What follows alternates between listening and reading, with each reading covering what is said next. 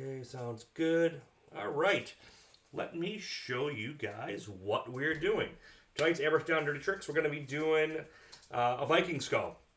This is actually based off a skull I did probably 10 or 12 years ago for Airbrush Action Magazine. It was a step-by-step how-to. And this one I'm kind of doing it similar, but obviously different look. So, and that way it's here for you guys to enjoy. If you're on my Facebook page, I posted the picture of the image. If you're not on my Facebook page, you can always just take a screenshot of this. I'm going to do that. So, I'll give you a sec to take a screenshot. Yeah, we'll go sideways. John's here. You can take a screenshot of that and try to work from it later on. 3, 2, 1, back. So, like I said, we're doing this. We're doing the Viking Skull. And let's go over what I have here for the panel. Zoom out. Alright, so I got a panel here. I got it taped off with, this is 1/2" tape. And this is I'll give you the exact size of the panel for those who want to know. This panel is 9 by 12. So the area inside is 8 by 11. Okay? So all I did, this was a black panel. I scuffed it up with 600. And I used a bunch of different texture effects and just blew some whites and grays. It just made it kind of cruddy looking. And I just wanted to get a little texture using various things and just kind of sprayed stuff at it. Nothing super crazy. I just didn't want a plain white. That's all I did here. And this is more of a gray. It's probably like a 50% gray. And now what I want to do is transfer this image over. And we're going to be doing a mix of paper cut and things like that to make this image. So, last week we talked about how to transfer an image using Sorel paper, which is basically a carbon paper, which is a wax-free carbon paper, just to be clear. If you don't have that, and you're in a pinch, a couple of things you can do. Just take, so if you want to transfer this image, so transferring this image to here, we'll make this so it's a nice clip. If you want to transfer the skull image from paper to your hard surface, this is the kind of easiest way to do it that I learned back in the day. Just take soft lead pencil. You know, with these I just used, you know, an HB. You can use softer, and just, you know, basically get it all over the whole back. You could use charcoal or something like that. You just basically making transfer paper. Okay, so get it all in there.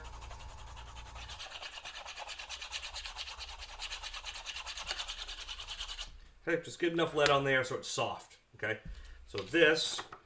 Now we'll tape it to our panel where it's going to go. I want to make sure I'm in where I want. Okay. Tape it down where your location is going to be. Okay. And now basically all this charcoal is on here. It's enough to get it on the surface. And then I use a pen. Okay. Don't use another pencil because your lines get, A, it's hard to know where you were, and B, using a fine point pen, it will always be the same reference point. It won't get thicker as the pencil wears down. So, I'm just going to go through and I'm going to just basically trace everything out and transfer my image over. Before you get too far, just make sure it's working. Yep, I can see it. It's very light. You probably can't see it here on the photo. You may be able to see it. You can just kind of make it out. There's the horn. You might make up more once I'm done. Okay, I'm going to do that. And I'm putting quite a bit of pressure. And like if you were going to freehand this thing, this is all you need to do. I'm going to do a mix of freehand with loose stencil. Yep, now I'm seeing it here nice. And which I'm just going to basically cut this paper apart to use it as a stencil as I go. And I'm going to do mostly freehand. And I don't, you know, you can do all this stuff, but I just really try to get the basics in here.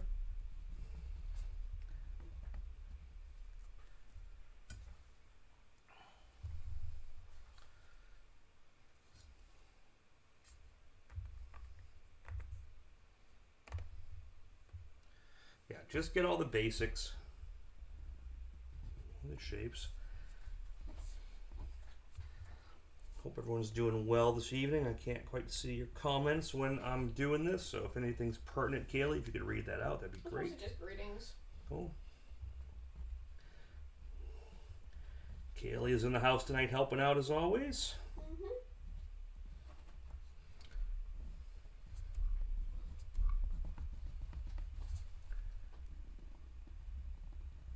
So like I said, this will be the same process if you're doing Sorel paper or any other type of transfer paper.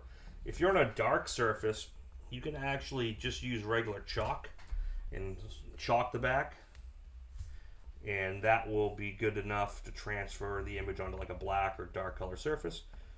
The nice thing about that is it'll wipe off, the chalk will wipe off pretty easy.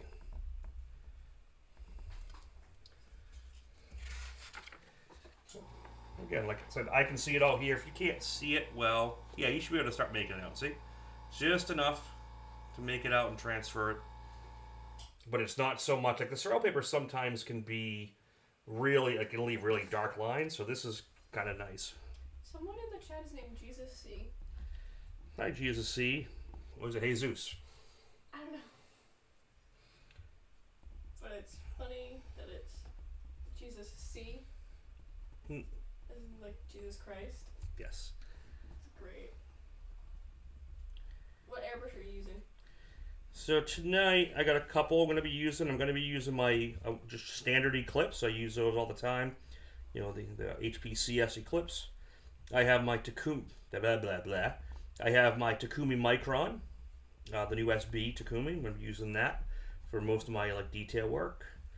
I have a Micron CM that I'm doing for like my midtone. And maybe I'll throw in, you know, a couple other ones as I go through, but for the most part, do the Eclipse.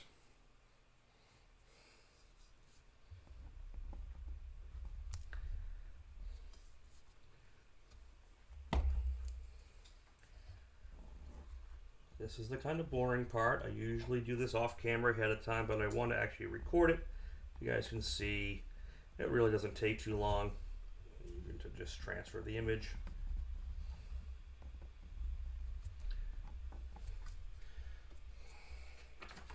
I'm trying to see it all, you know, there. Like I said, the nice thing about this, it's so faint that I can see it, but you won't be spending a ton of time trying to hide all the lines, which sometimes when you use like Sorel or something like that, you have to spend a lot of time to, you know, get rid of that material ahead of time.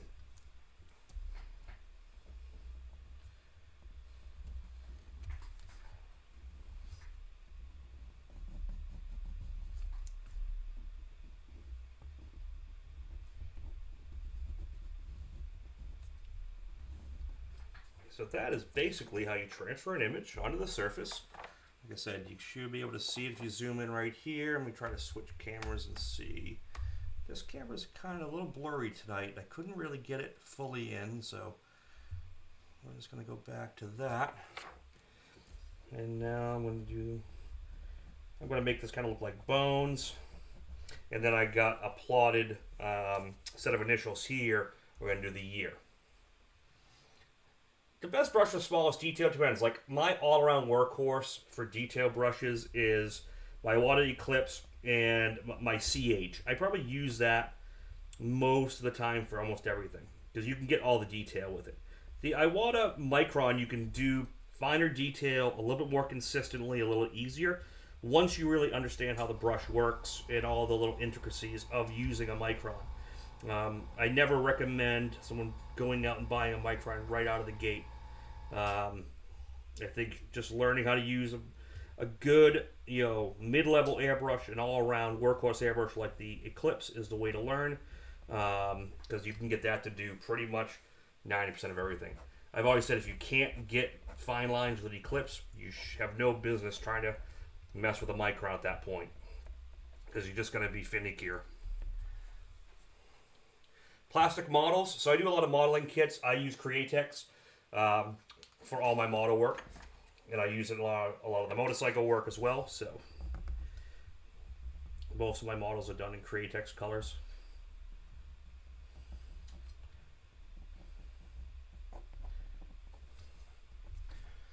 And So we got the skull here. I can see everything. You might not be able to see, but I can see everything here. Now to put this aside, I can actually use this as a cut. So what I would normally do, and this is going to be like the cooking show, is I'm going to go around, I'm going to cut the whole silhouette out. Basically, I'm just going to go around and basically cut the whole silhouette, okay?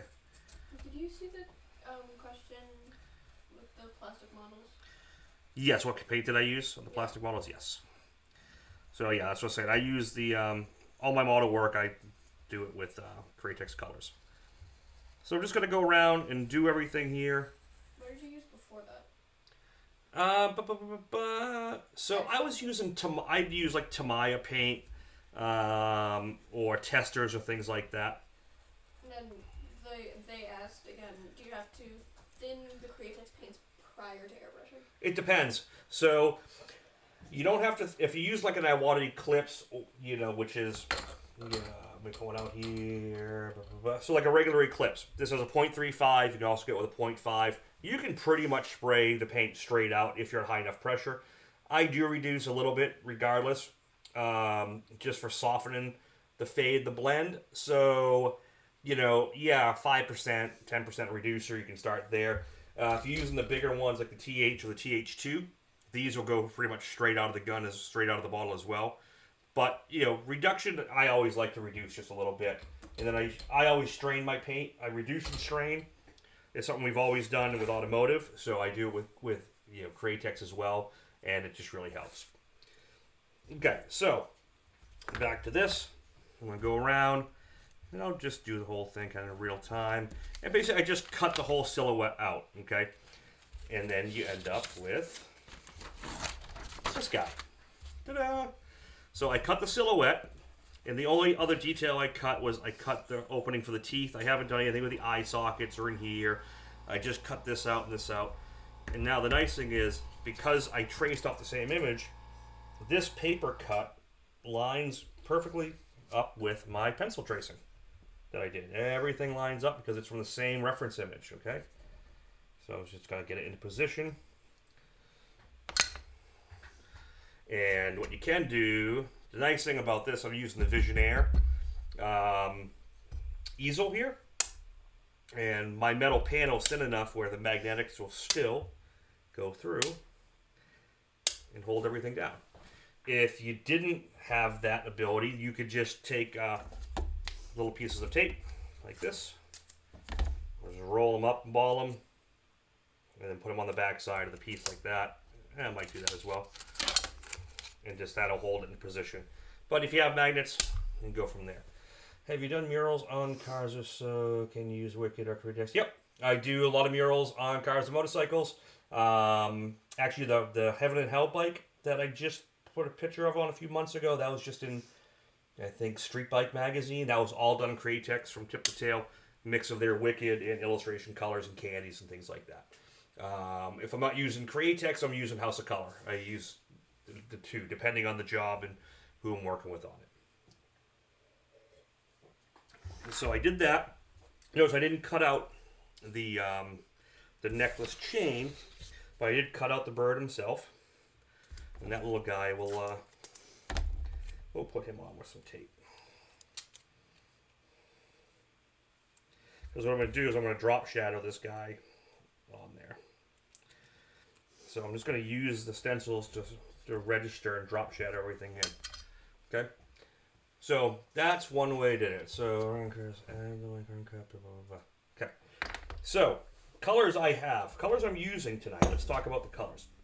I have Wicked Opaque White. The new Wicked Opaque White. You can also use illustration white if you'd rather. I have the Steve Gibson Neutral Gray number 1, which is the darkest gray. I'm going to use that for most of my mid-tone shading. Then I have my black, which is black with, I put about, this is Kratex Illustration Colors black. And I always put a little bit of purple in my black just to cool it off a little bit. Just I like the tone. And then if I decide to do some very soft shading, I have the Candy 2.0 Black Candy. Okay. Which also has kind of purplish cast. That's kind of why I mix the two together. So we'll see if I even use this right now. I don't have this as a gun. I just did it as backup. So these are all mixed up. Where did you purchase the magnets? Matt, I just got them at Home Depot. You can get them at Home Depot, craft stores. They're nice, good, strong magnets. And then we check our paint, make sure we're doing good. I have my paint fairly reduced. If you're finding it's not spraying too well, then reduce a little more. The microns, when you use a micron like this, paint that's thin enough to run evenly through an eclipse will need much more reduction to run through a micron. You can almost hear how it runs. So what I'm going to do is, I want to give this background like a little bit of stone texture and kind of a grit. So we've done this before. I did it on one of the other videos. So you watched my past video on doing like the granite skull with the tribal hook blades. That was done the same way. Gonna do the old school popsicle stick trick, where you bounce the paint off the popsicle stick at an angle like this. The further you're back on the stick, the bigger the dots are, the closer, the smaller. And we're just gonna give it a little bit of stone texture back here, just to go. I'm gonna smear some of it, I think. Do you worry your paint will set up too much in the open cups? No, nope. I have hours with it with the open cups. If I'm going to go past the day or like an afternoon or something, I'll put them in a cap, but they're fine for hours like that. Like I said, I'm just trying to give a little bit of extra texture back here. So the skull kind of sits off it. Because what I'm going to do is I'm going to put a chiseled lettering in here, so it looks like there's going to be the 2021 date put in here. So I'm just kind of getting a little something there. That's just black. I can go to the gray as well, and the white. Actually, we'll do some white with this as well. We'll just put a little bit of white stone stippling on there, but not a lot. I don't want to look like the old school, like tons of stippling. Just enough to kind of show a little texture. We can get a little bit of Jaro Mendez texture effects in there.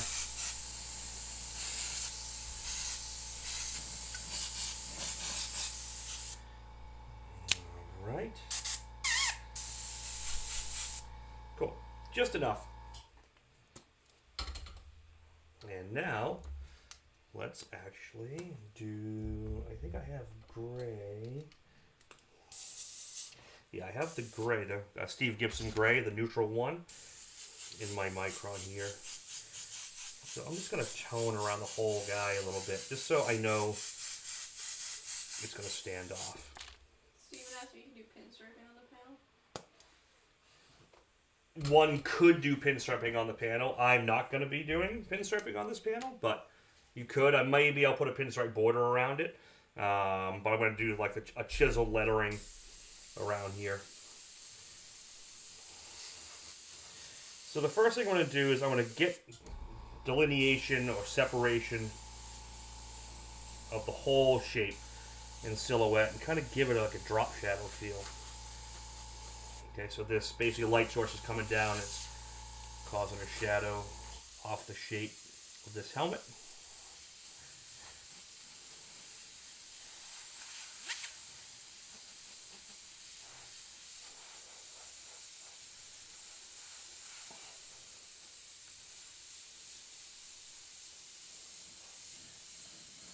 And really the nice thing about this is just going to give, when I want to do freehand, I can really kind of get rid of this look. It won't look so hard stenciled, but it gives me all the registration. And I can see this finished Fido style already. Yeah, Fido's got his own total look, man. Just lots of little grit and detail. And I want to drop shadow this guy.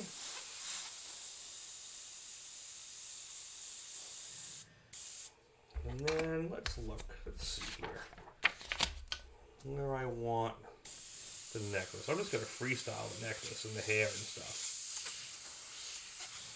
So the necklace goes in there, comes out here.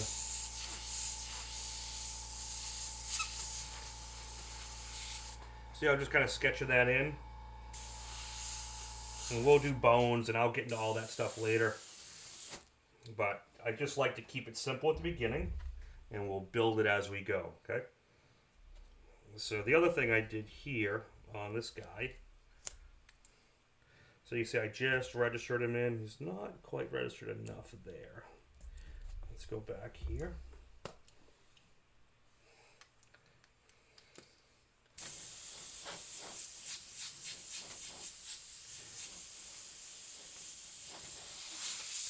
And then we'll make that drop shadow heavy, like it's casting down.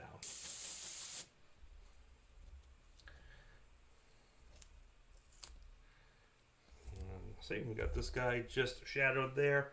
Now if I take all this off,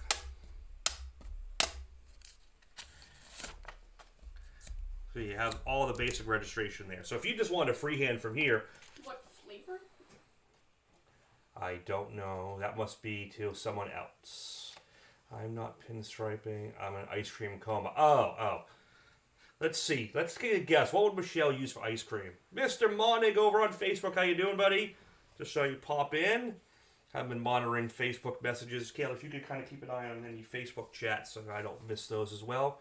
But Most definitely. people just saying hi. Good. Make sure you click that link, get over to the YouTube side. Mint chocolate chip. I see. I figured you'd be like, pink bubble gum. Hey, Steven guessed right. Oh man, see, we should have had a contest. What am I drinking? That's not a hard guess, but. Alright, so that has enough registration where I can just freehand from there if I wanted to, but I'm going to break the stencil down a little bit more, okay? So this is, what we like to refer to as destructive, editing, basically. So I'm going to take the stencil, and I'm going to kind of work background to foreground, and I do this a lot when I plot as well. So a lot of my techniques, when you come to my Airbrush Down and Dirty Tricks class, I go over a lot of these things and how to use them and when to use them. And so it doesn't matter if I'm doing paper, plot, computer cut. I always have the same, I use all the same technique. So it always works. So basically, because I'm on a dark surface, I'm going to work from background to foreground. You are correct, Michelle. So background to foreground. So now what I start doing, I start cutting apart my stencil to what's in the background. So I know that horn is in the background. So look, I can go into here and I can put a shadow in right now of where that horn is and just kind of give it the separation it needs. Okay. And if I was doing a plot file, I'd pull that section, from the overlap of the horn. I can do that same kind of thing. Instead of disconnecting it, I can just do it and kind of fold it back.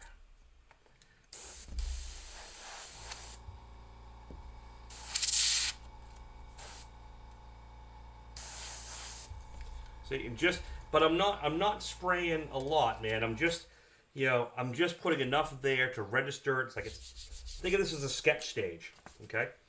So now I dissect this and reverse engineer it, and I'm like, okay, this is all behind. But I can actually hit this, which is kind of the, what's the word for it? The profile, the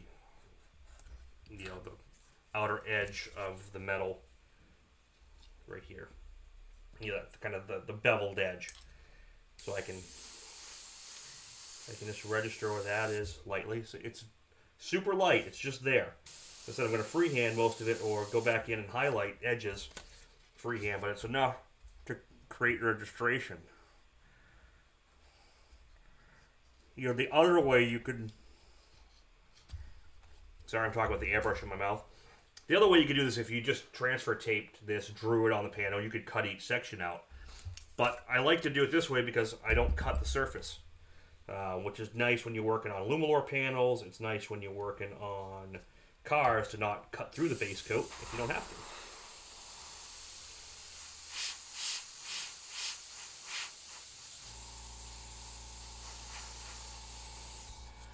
See, it's already separated now. Yeah, Barker. The sketch stage. This is kind of what I call it. You know, I'm just kind of going through and getting the registration here. I'm going to pop out the eye sockets and the nose sockets just to kind of get them registered in.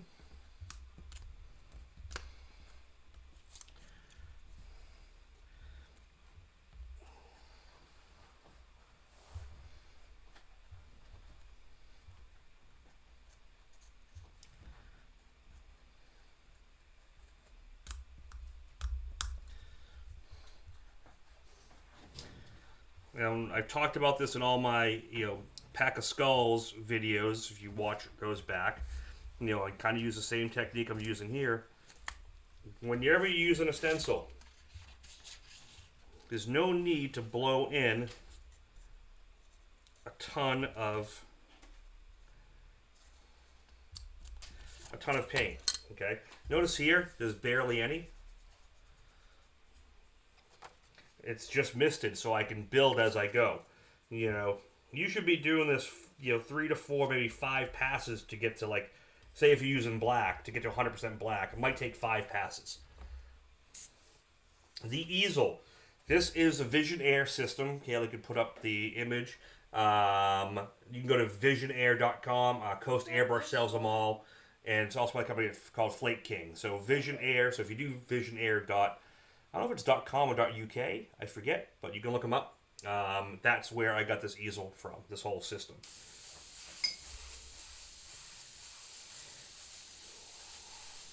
So now I'm registering where the eye sockets are going to be, and I'm not doing like this huge amount, okay? I'm not like, you're not flooding the color like that. You don't want that. You just want to mist it in. And I kind of put in the top side because that's going to be the darkest part of the eye. Let the overspray cast down to the bottom. A little bit here. The nose, I just go around the edge a little bit. I'm coming down the center. See, it's just enough to register it in. And I just keep kind of cutting apart this stencil as I go. Kind of the destructive editing.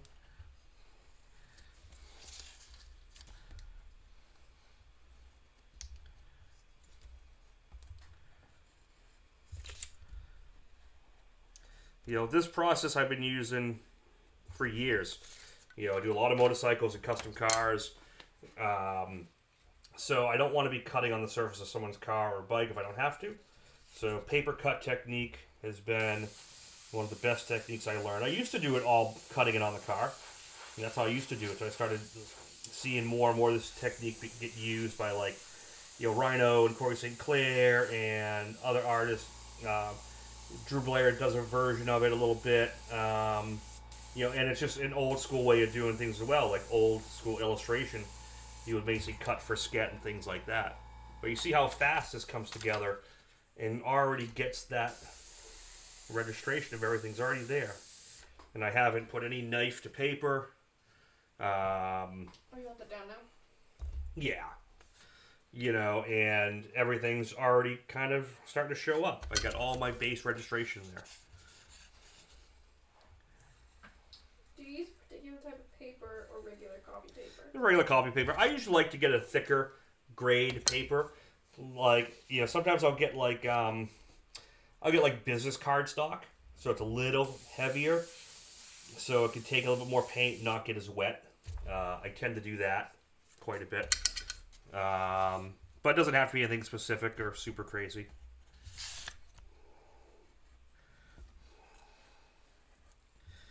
Just a good quality. If you get like the really cheap stuff, as soon as you start to cut it like this, it just starts to curl up on you, and nobody really wants that.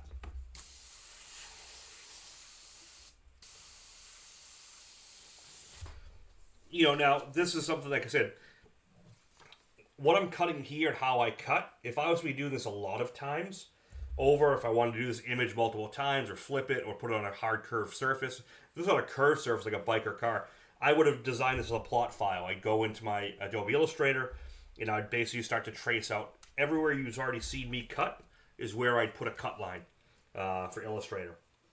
And that would help basically register everything in.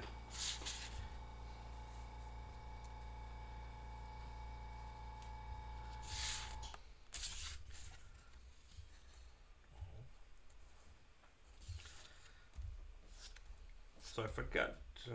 I think I did say hi. Was Mr. Leahy still in the house? I saw him pop in. I want to make sure I said hi to Steve. What should someone use to protect their artwork before you send it to clear coat? So I usually, if I'm sending a piece out to another shop for clear, and I'm not clearing it myself, for this, if I'm using Kratex, I would just put a coat or two of the Kratex 4050, which is their UVLS clear. I put a couple coats on that and let that cure out. And I might give it a little scuff, just to be sure, and then hand it off, let them clear it. If I'm doing House of Color, I put a coat of SG100 over the top, which is their inner coat clear.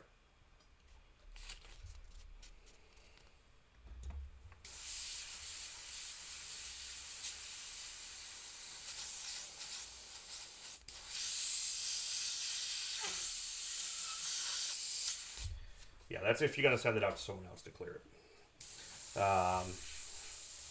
Sometimes I don't do that. Sometimes it just goes right from base, right to the shop, depending who I'm working with. A lot of the shops I work with, if I'm doing the paint and they're doing all the prep and clear, like AudioWorks, as one of the big bagger shops I work with, and Twisted Iron up in Maine, those guys, a lot of times I'll bring the parts and I'll hang out while they're clearing, so I'll help them set them up on the panels. I'll degrease them, get them ready, do any touch-ups that might need to be done in transport, just make sure it's all perfect, then let them clear it.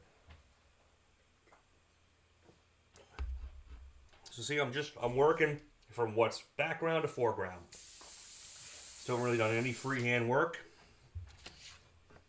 I haven't needed to at this point. Just keep cutting this thing apart. I'll cut this horn out. Oh man, I should have had Horny Mike come on and sponsor this because it's got horns. This brought to you by Horny Mike.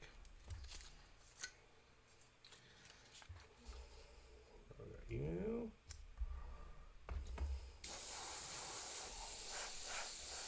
And if you notice where I'm spraying most of the paint on the stencil itself. Okay, so basically you're getting the overspray.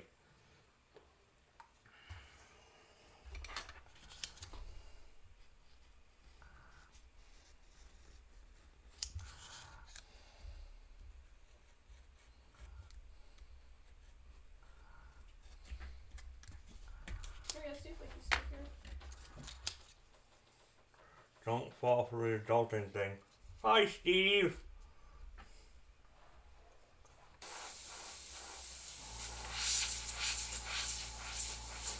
Like off this edge, this is where it's going to kind of be the ram horn. I can just come off with little dagger strokes and just kind of hit that. And then I'm just really cutting this one apart here. Put this here.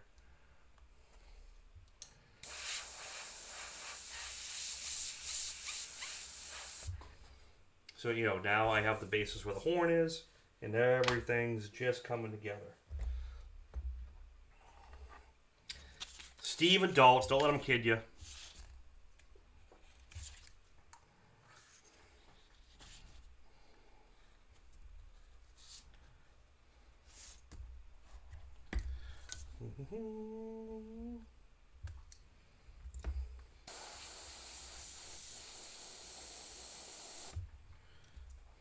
Little bits.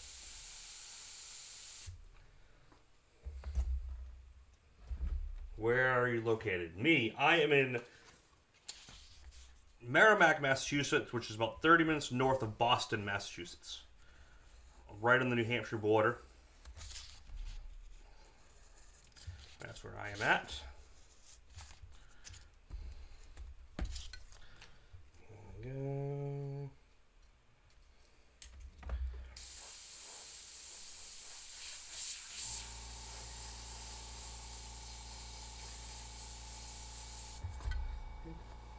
Go, just enough to get going there. And let's see, we got a lot of these little pieces down here floating around. I try to save as much as I can as I go through. You never know when you have to reuse it, but the nice thing is I can always recut a piece if I need to.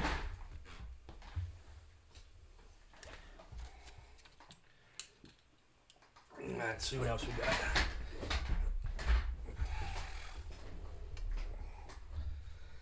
So we got that, we got everything pretty much registered in. Oh, you know, I gotta do this horn.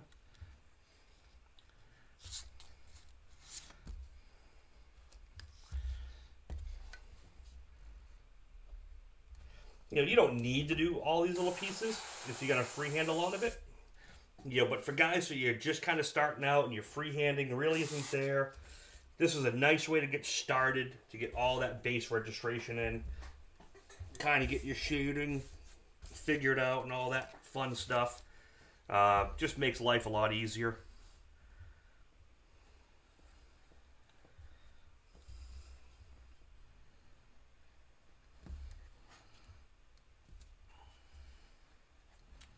And while I'm doing this, take the time, put up all the products we use here. Okay, I'm going to pop that link up.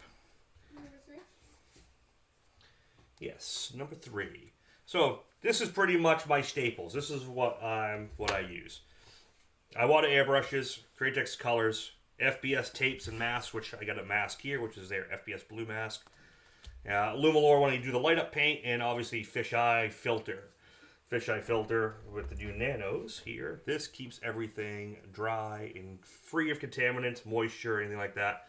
I have one on the airbrush, and then I have the bigger ones on the compressor itself. Highly recommend fisheye filters, especially if you like me and you go to a lot of shops to work out of. I never trust shop air from anyone else because they're usually horrible. So I won't go into a shop without a fisheye filter on my gun.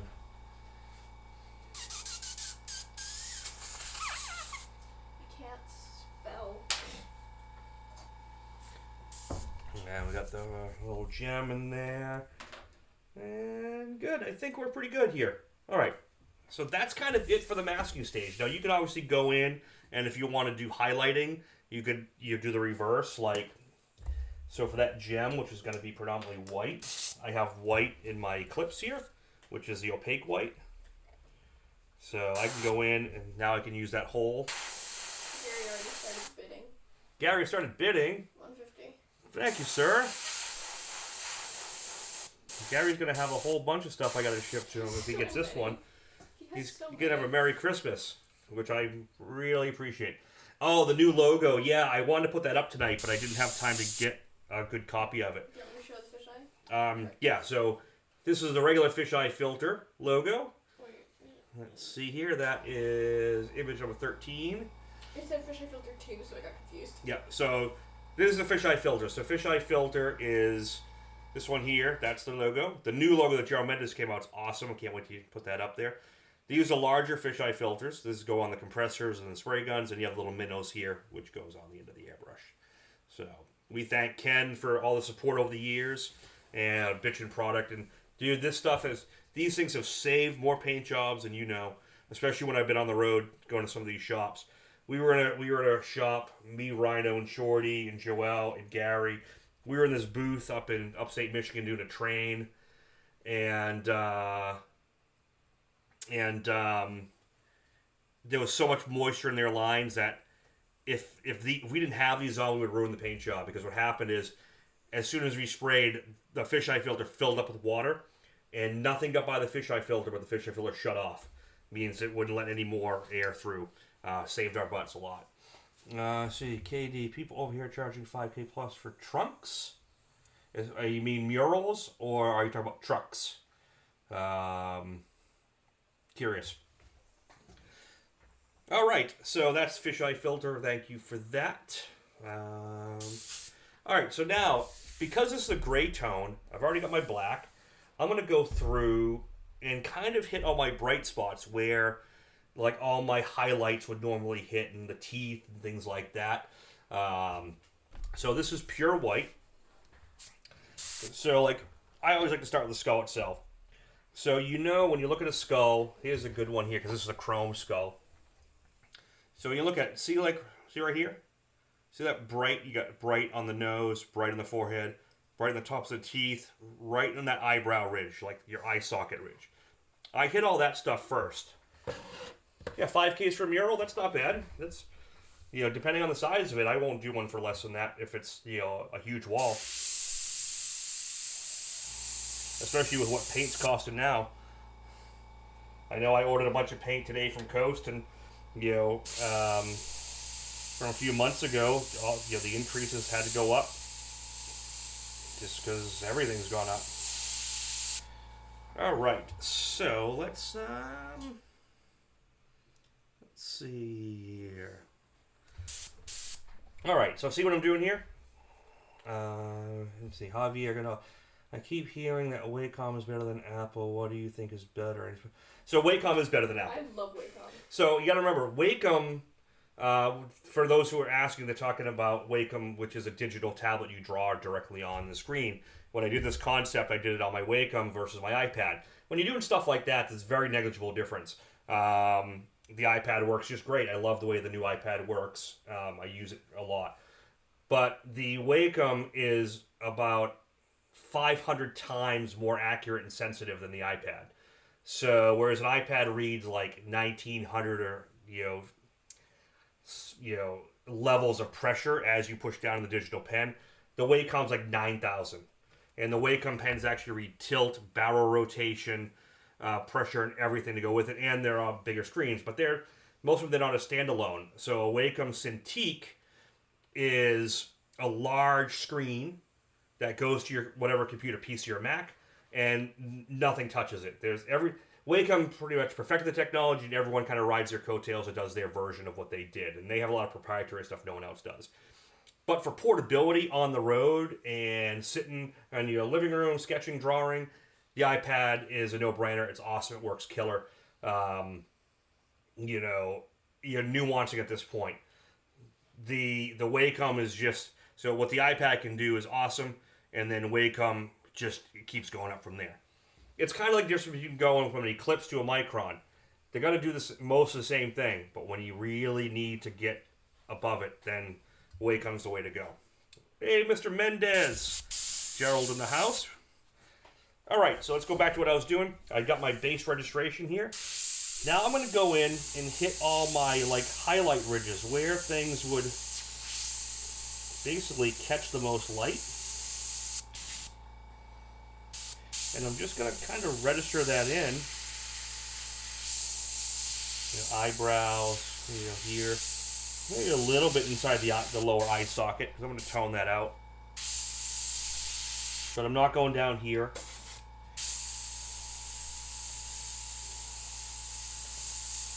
We can put a little texture in this eye socket here.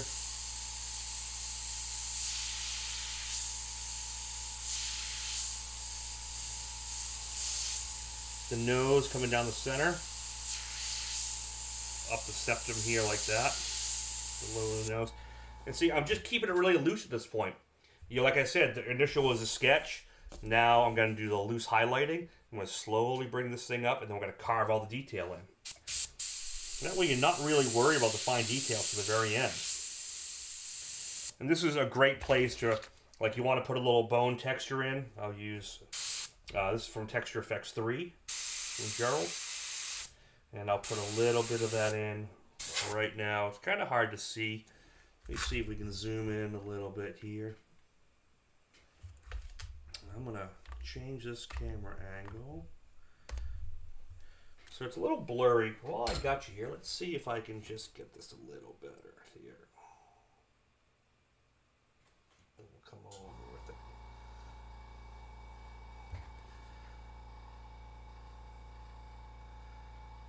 That's a little better. This camera, my above cam might be getting a little long in the tooth. It might be time to actually buy a good one. But that looks a little better. But so see how I'm doing that? I'm just sorry for the shake, but I'm just trying to get you the best I can get you. There we go. That's pretty focused. That's pretty. That's nice. That's better. That's good. I think. So tiny, because this is a manual focus camera. This little guy. I need to get something a little better from here. But, so, now what I'll do is I'll go and do these textures, like, where the cheekbone comes in. This is a great time to register in the teeth locations. See, I'm hitting the teeth. Basically, I'm hitting the highlight where the highlight of the teeth would be. So I want the teeth to be the whitest thing on there.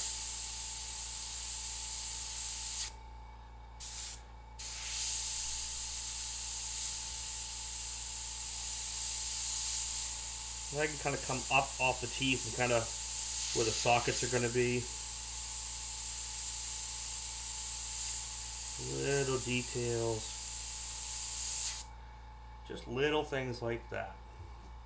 I'm going to see if I can zoom in on my other camera.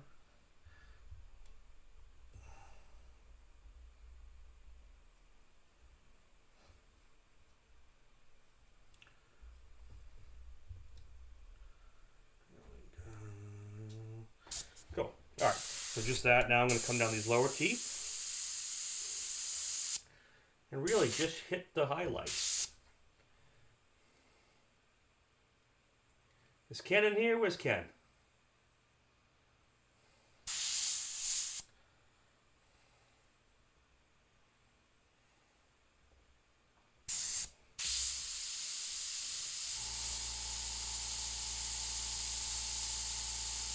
Put up that fisheye logo again since Ken's in the house. Probably one of the last times you'll see this logo, because with Gerald's logo, we're going to be using that quite a bit. There's Mr. Fisheye Filter. Hi, Ken. Fisheye Filter, you're the man. Thank you very much for all the support. And that new logo is going to rock. I'm going to have to get that up here. Gerald, I'll give you a buzz. I'll maybe have you send me a nice PNG of that. And I can get that on here for future feeds.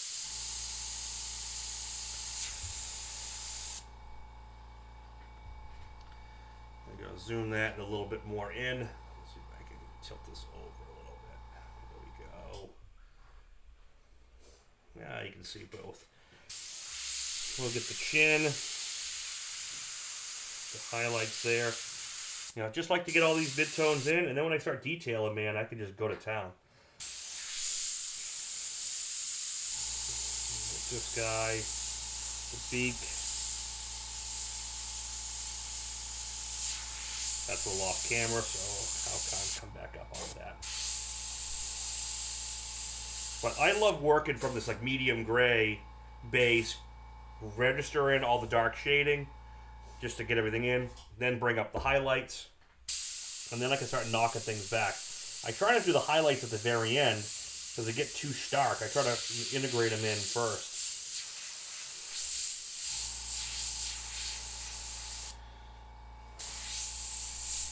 This is a great time to get some metal effect in here, some scratches and things like that, some textures.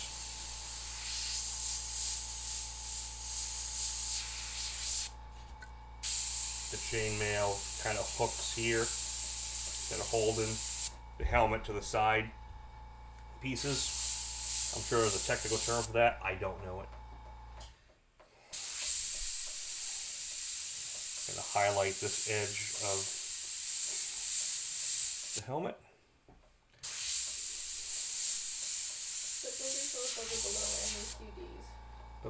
Is that filter installed above or below any? I don't know what a QD is. Oh, Quick Connect.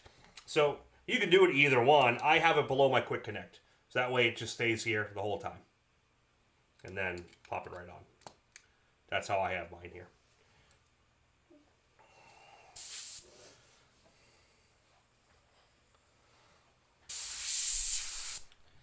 I'll get some texture. Let's get these horns kind of brightened up. Just some little flood strokes here. Let's gonna zoom this one back out a little bit.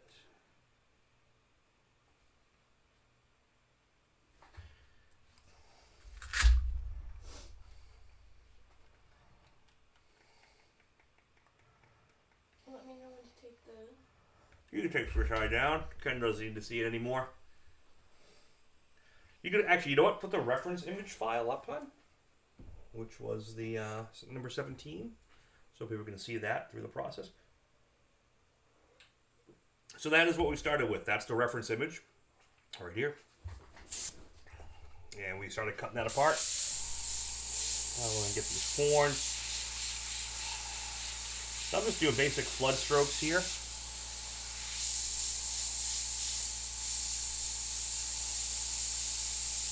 Just to kind of get things started. There needs to be some more contrast in there, but I just like to get it set up. We'll get the helmet nice and bright. And then, you know, if you look at the reference image, I kind of made little bones and stuff. So I'm just going to do some loose shapes. Like some flood strokes. Kind of make some bones that I'll freehand in the necklace. See how I'm doing that? I'm just keeping it really simple.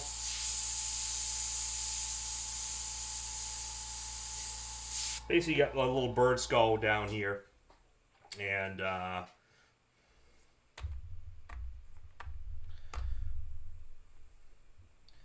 you got the bird skull down there. So I'm going to get that back in the frame in a sec. So basically, these are all little bones of that. That's kind of how I'm thinking about it. Hey, my sister's on. Hello, Robin, over on Facebook side. Thanks for popping in. If you want to see the better view, click on that link and you'll get over to YouTube, which is much higher resolution. Looks a little better. And then what I want to do is I want to get some hair, you know, coming out the back, or maybe some smoke or something like that. So I'm going to go back to this one. Remember at the beginning, I started cutting apart this one. I'm going to continue on that, so I basically maintain that silhouette. So I can always go back in and basically block out the main character and work around it. So I'm just going to go through... Going to go back through and cut this away so you can see what I'm doing here. So this is that initial reference image. You know, this is a great project for someone who doesn't have a plotter, but someone who does, and you look at a lot of my other videos, wherever I'm doing these cuts by hands, that's where you put the, when you design the cut file, that's when you use the cut file. Works both ways.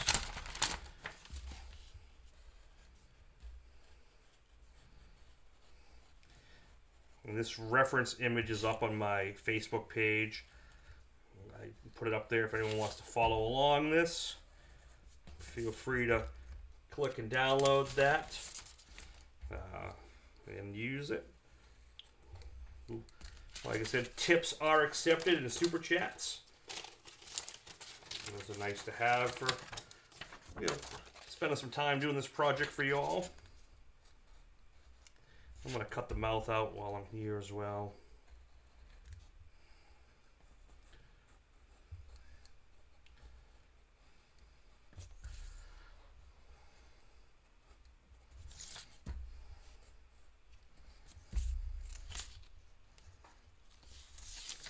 That way I can go back in and shave this guy out. This is probably the last bit of heavy cutting you're going to have to watch. No, it's not the funnest part. I think that's one of the hardest things about doing video content is figuring out how not to bore you guys to death. Because a lot of it gets boring. Alright, so I want to do some hair and maybe some stuff coming out the back. So I'm going to go back through. I'm going to do this. I'm going to take my little bird skull here.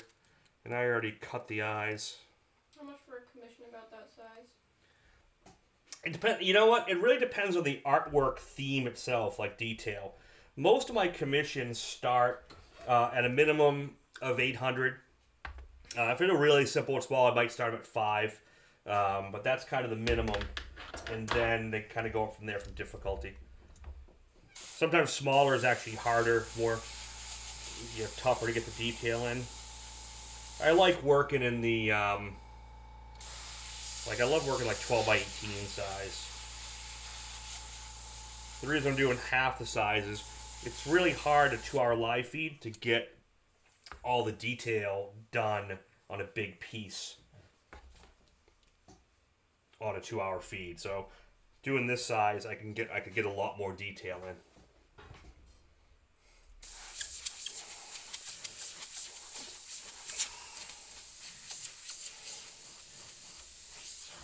So let's do a braid here. So rat tail strokes.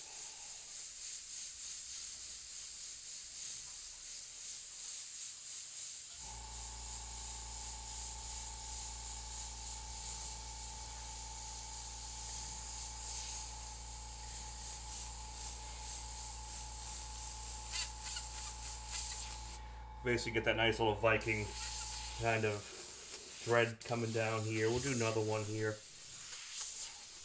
I'll just kind of rough it in. And this is where nothing but net freehand practice comes in. I'm just kind of going through, just like I was doing with pencil. I'm just kind of sketching it out. Right there. Now we'll get some hair coming back here.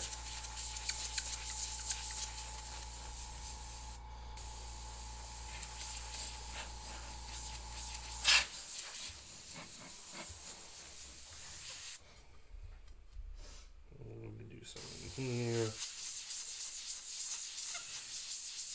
I'll do black and then I'll go in and kind of do some white hair coming out from underneath. And then I'll go back in.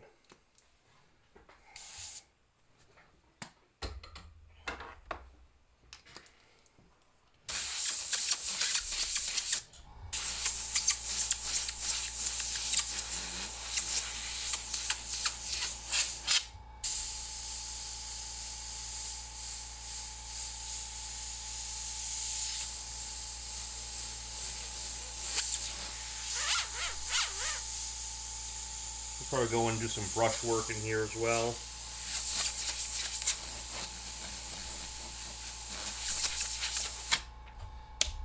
Let's see how that looks. Just kind of a little bit of stuff going on here. And now we need to drop shadow that back out. We'll use the gray.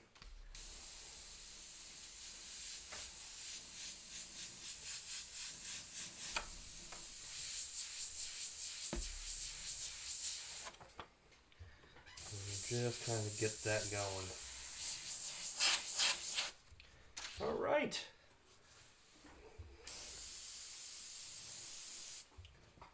Oh, you know what I gotta do? I gotta erase this part because I got the lettering going in here, and I don't want to have the hair there yet. Easy fix.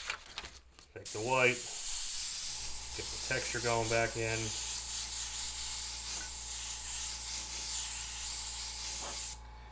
Never even know that was there when I'm done.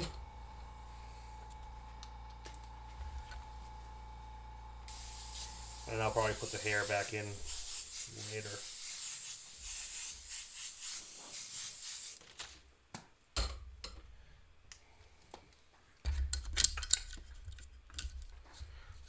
Thank you, Gerald. Appreciate it. Not bad for a start.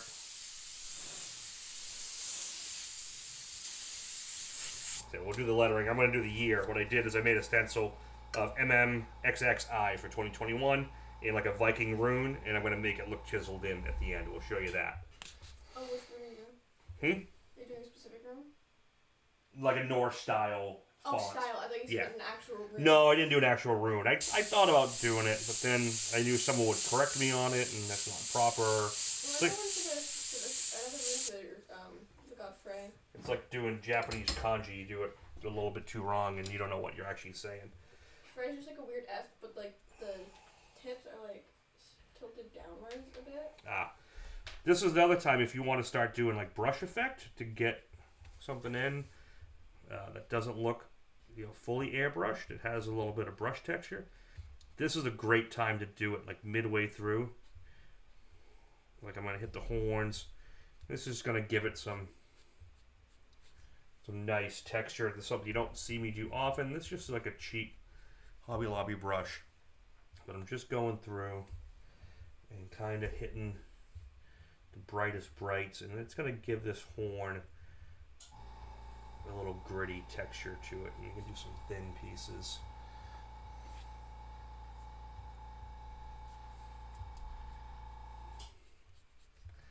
Obviously great for the hair too. You can use a thinner brush. So you can do it all with an airbrush too, but sometimes getting a little brush work in here is just really gives it a great painter feel.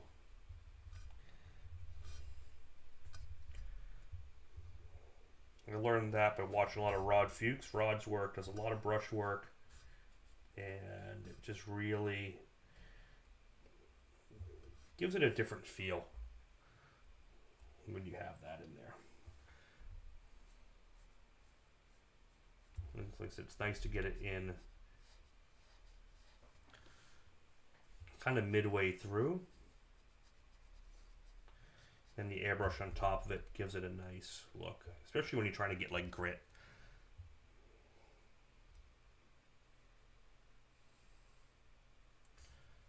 And at the end you probably won't even notice this brush work, but it's there.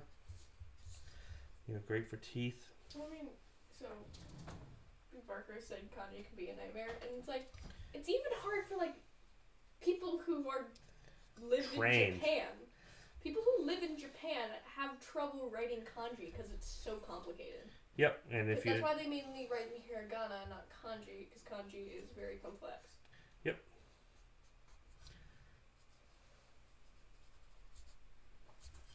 So see what I mean? If you're not like super proficient with the airbrush and you go with a paintbrush, get another paintbrush. Just hitting those things, and this is going to give it a more original painted feel. Like I said, you might not see a lot of it when it's done, but it's there.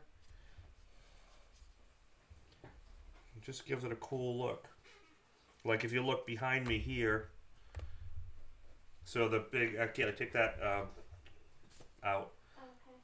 So like that big pan, it's a 4 foot by 2 foot koi I've been doing for a while. A lot of mostly brush work, very little airbrush work in it.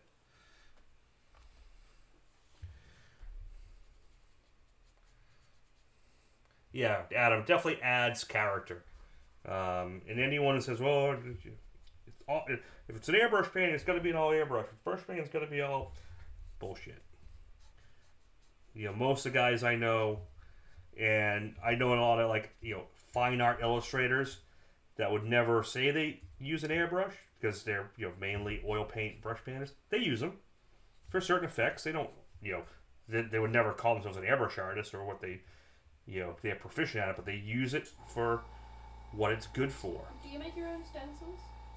Yeah, I just made the stencil for this, but I do have my own stencil series, which we're going to be using those, which this is the Pocket Graphic series. The set of 6 different stencils for curves. We're going to be using this quite a bit in a little bit. And then I have my Pack of Skulls series, which is the 6 skulls, all different positions.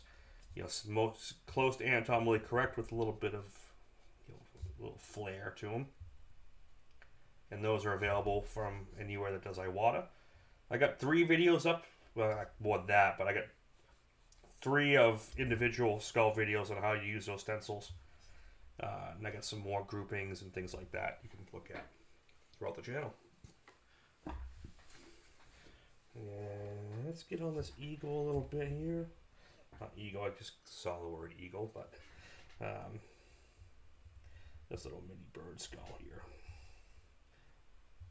And so you could do it with an airbrush or you could do it with a paintbrush. Just have fun with it.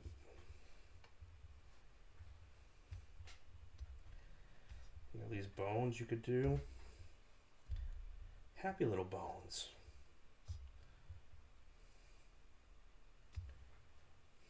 This white's a little reduced. You could use it pure. Cool, huh?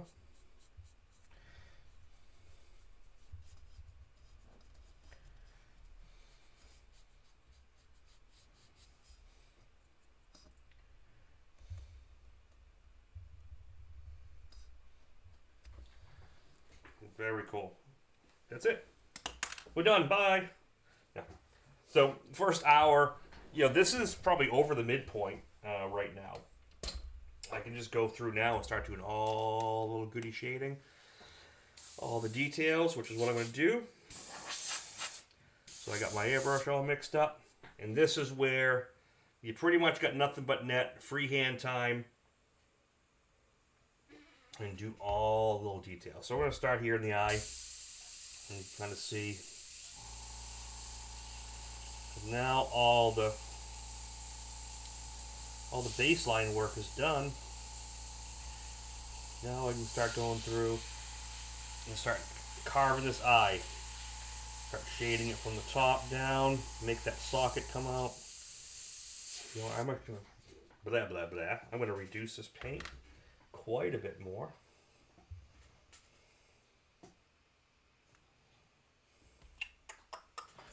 A little 4011. A little more 4011.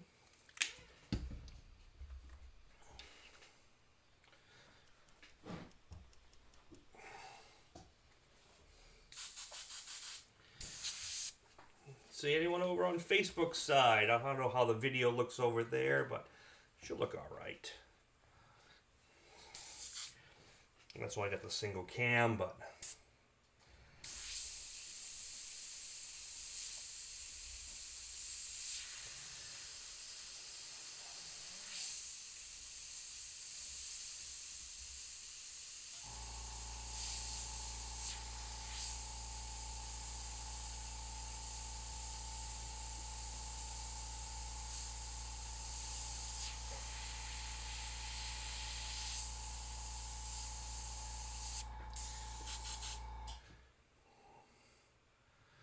no freehand. I like reasonably restricted hand.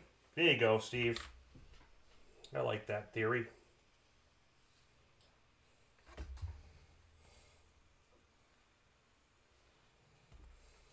Reasonably restricted.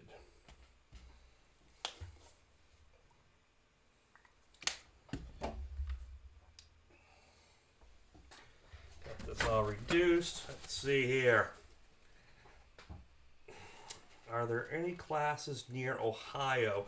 I got nothing near there right now that I'm planning. The next class we got coming up is going to be in Baton Rouge, Louisiana. And that is going to be, that's number 20. Baton Rouge, Louisiana from the 2nd to the 6th. That is the Airbrush Art Circus program. It's a 5-day program we're running. First time doing Louisiana.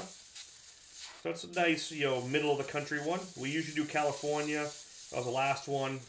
We've done Arizona, Florida. Nothing in Ohio coming up that I have planned. But yeah, so if you're interested in learning these techniques and things like that, definitely go on to airbrushartcircus.com, look at that, and get signed up. And the nice thing about that one, February to the 6th, it's right before Mardi Gras. So you're in the area. Planning in Montreal anytime soon. I haven't done Montreal in years, man. I have to talk to Patrick and see if that's something he's interested in setting up again. I did have a blast coming up there. That was in Laval, Quebec, so just outside of Montreal. Would love to come back there. So I'm going to hit this. You know what I'm going to do? I want to get this really crisp shadow.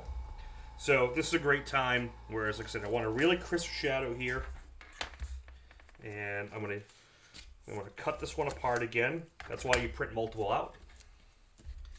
Nothing in Georgia? No, nothing planned. Georgia would be kind of a cool area to do. I wouldn't mind doing Georgia. The thing about doing the big classes is it has to have easy access to an airport, close to the hotel, and the hotel rates have to be reasonable, which is why we do them in Orlando, in Vegas, in California, because we can get big venues that can house this many people without breaking the bank too much. Like we tried to do them up here in Boston, New York. It's just too damn expensive. You do New York and it's $400 a night for a hotel room. Boston's the same thing. So there are a lot of factors that come in. So Georgia could work at some point. That's something to look into.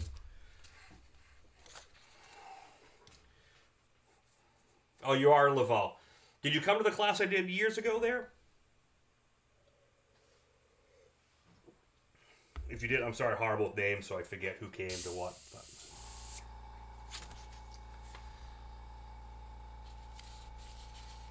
Yeah, see, mini airports won't work. That's the problem. Because it's people coming in from all over the country. The flights get too expensive to get in there, and then you don't have big enough hotels close enough to handle that many people. So there's so many variables to it. Like, we could do a small mini class. Like, if you have a venue and know a place we can get, 20, 30 people in it. The nice thing with the circus is it's portable enough we can transport it anywhere. It just has to have, the turnout to make it feasible. There's a lot of expenses that go into the shows, insurance and things like that. But we're up for anywhere. Houston's a redhead stepped out. Yeah, we always did. We didn't do Houston. We'd love to do Austin, but it's just too damn expensive. That's another good example of great place. It has everything, but it's too damn expensive to do. Hotel rates are too much. So we did San Antonio. San Antonio is great. A place to do it. And Arizona's great. Florida's great.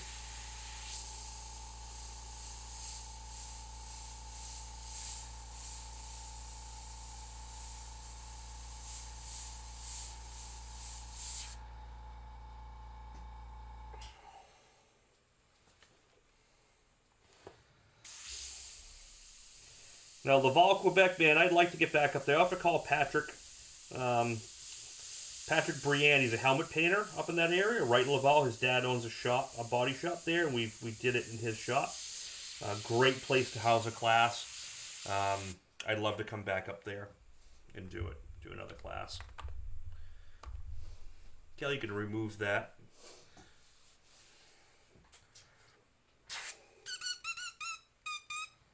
I got 63 people in here tonight. That's awesome. Thanks, guys. Yeah, Vegas, man. We'd love to come back to Vegas and do it. We haven't done an art circus in Vegas because that was always, the Airbrush Action events. But Airbrush Action is no more. And we just got to get a hotel on board with allowing another Airbrush event to come into play. That's the other thing. Sometimes it's the hotels won't let an airbrush event in. They don't want the spraying. They don't want a lot of things like that. So there's a lot of factors that go in. We're at 200. Oh, we got 200? 150 so far. 200. Thank you, sir. Appreciate that.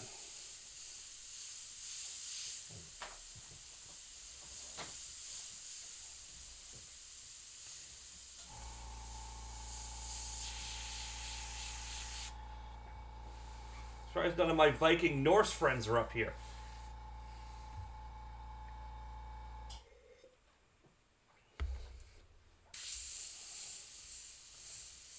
Where's Tor? Tor needs to be in here.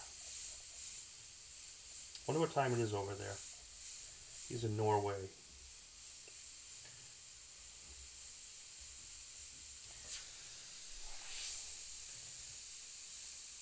So I always say it like, this is about the point where I love my job. All the back end work is done. All the registration's done. And I can just paint. Wouldn't mind teaching a beginner's class. Yeah, my class is good for beginners, intermediate level, without a problem. So it runs through everything.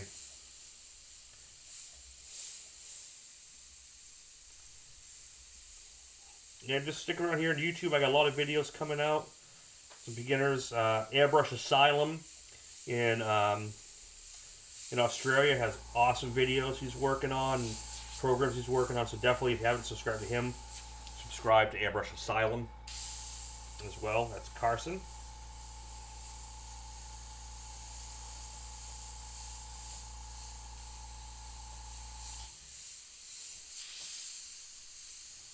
See how now everything's in? I can just go in and I can start just basically adding all the little details, and it just gets closer to being done because all like the mid-tone stuff's already there.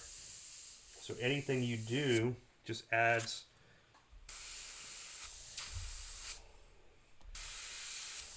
little textures and like battle scarring and like marks.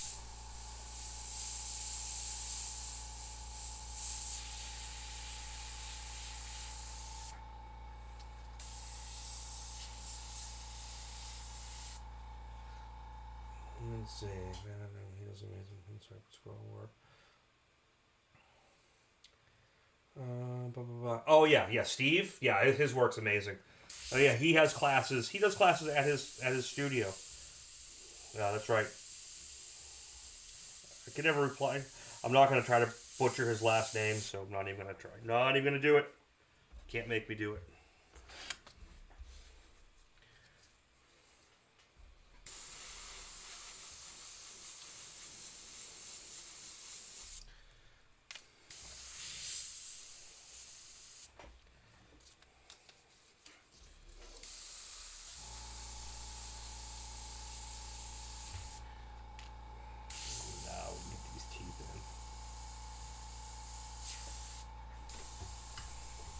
So teeth, always I take Steve's class. Yeah, William, definitely give him a buzz, and his work's amazing. And there's so many guys putting out good content. I'm not one of these guys that's only learned from me and blah blah blah blah. Some guys are like that. I'm not. And those guys aren't either. We've all been in this game a long time. And really just want to see good instruction out there so you guys can really learn the right way to do things and not kind of a trashy way. There's a lot of bad info out there, like I don't want to say cheats or things like that, just like shortcut ones instead of like technique driven ones. I've always said it's all about technique. Learn the technique and practice the technique. That's going to get you where you want to go. Shortcuts and tricks are funny. Like mine's Down and Dirty Tricks, yeah. And it's kind of a play on the name, but it's really, I'm more driven for technique first. Jesus, see you, man. Thank you very much for coming in. Yep.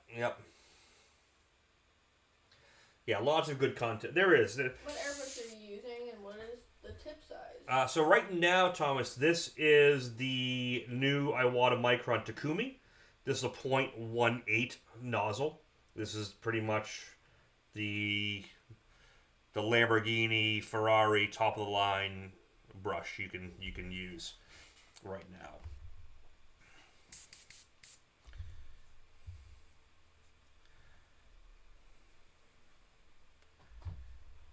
But like I said, most of the stuff I do a lot of my stuff with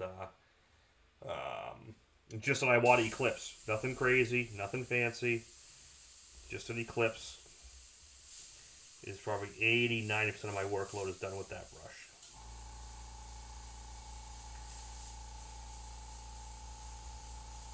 This painting's fairly small. Not small like Steve Leahy's small.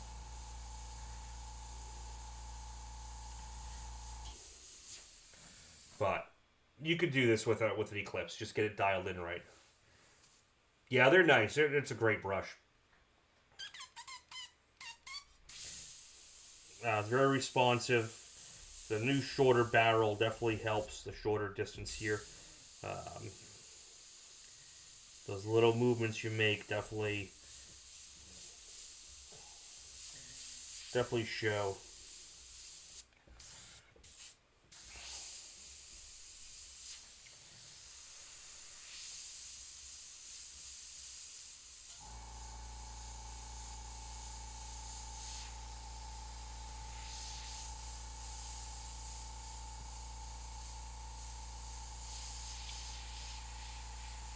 So this part of the helmet I'm going to do, it's going to be really black.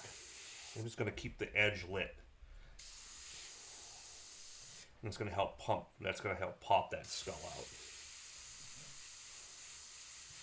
Yeah, 9:23, hour and 20 minutes to get to this point. It's not too shabby. Because it's most of the heavy work, heavy lifting is done. And now it's detailing and little stuff.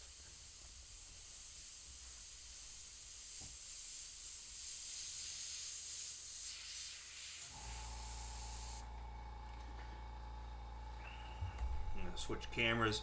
This camera's a little bit better as far as detail. You know, I can zoom this one in a little bit later.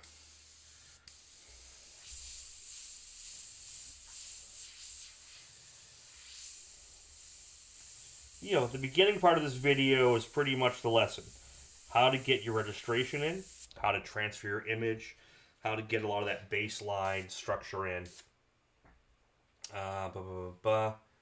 Yeah, the Eclipse is a 0.35 or 0.5, depending which configuration you get. You can get them in both.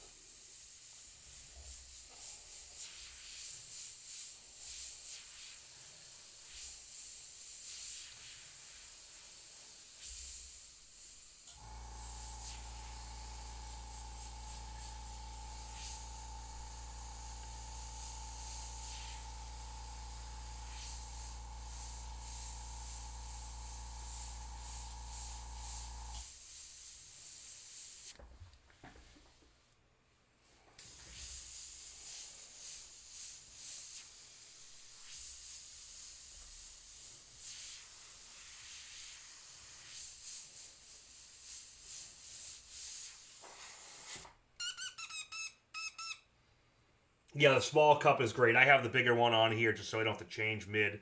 But I like the little guy. Where's the little guy? I got him somewhere. Oh, right here. Yeah, that's a little cup. So you just unscrew that from the base, put this little cup on there with the lid, and that's pretty much all you need for most. We got some people over here on... Let's see. I'm not seeing many people's comments. If anyone's commenting on... No one's commenting on... On Facebook? Okay. So anyone on Facebook, if you just pop it in, just make sure you click that link over. You can come over to the YouTube side. You'll see a lot more. You'll have the high-def cameras and the multi-camera angle, so you'll see everything you meant to see.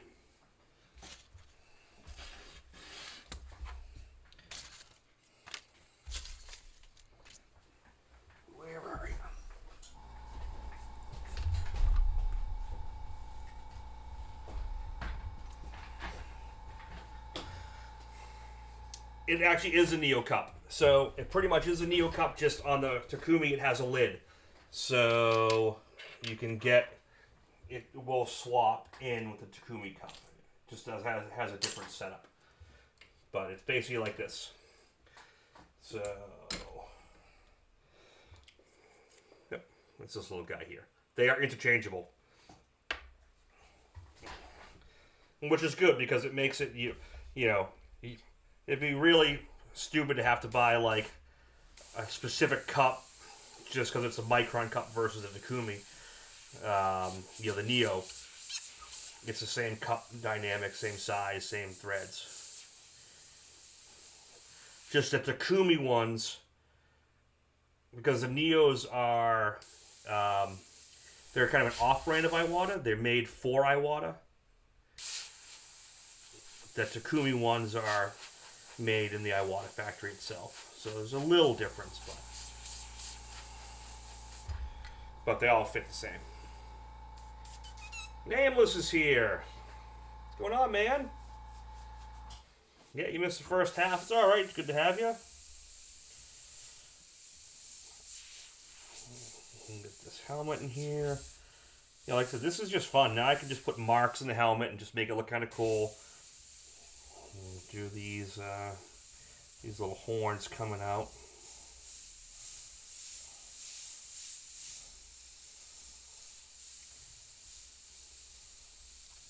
I think this horn here, that can just get kind of shaded out.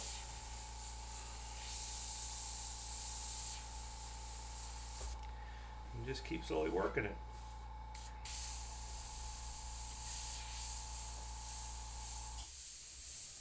This is where the dagger, the ability to do dagger strokes comes in really handy right here for doing horns.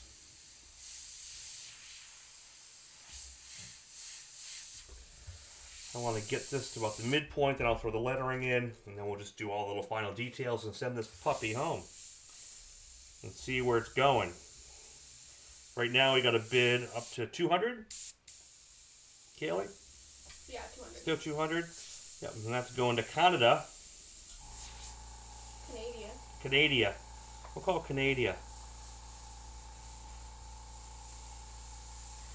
Unless someone comes in and keeps it in the States.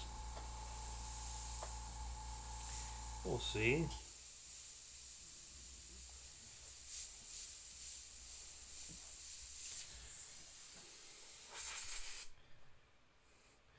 If I need 3 cups of that color, I load up the cup.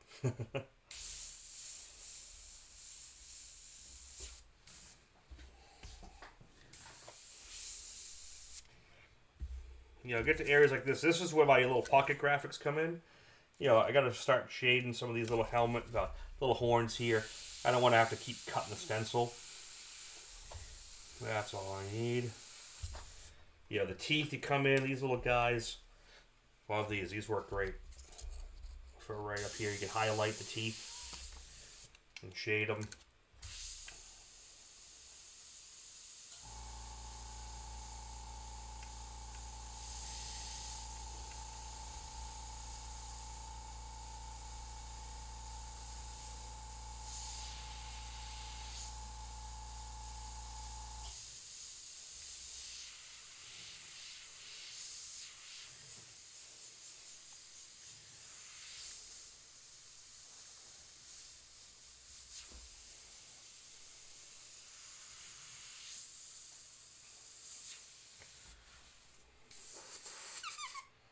Robert came in at 225.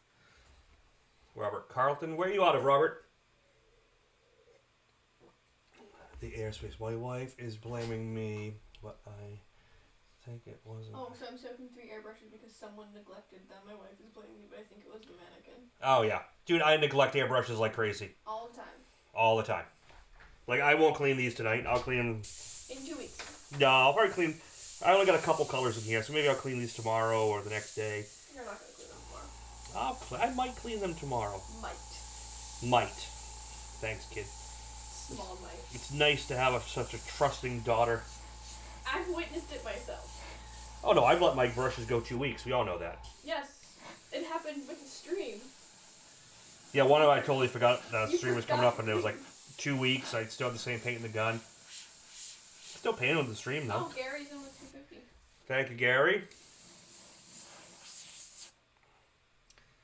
I didn't even get to see where Robert was out of. Robert has not responded. Robert? Oh, Pennsylvania. You're in PA. Dude, I got to come to PA at some point. I want to go to Pennsylvania so bad. Because I want to go to the Frazetta Museum now that it's back open.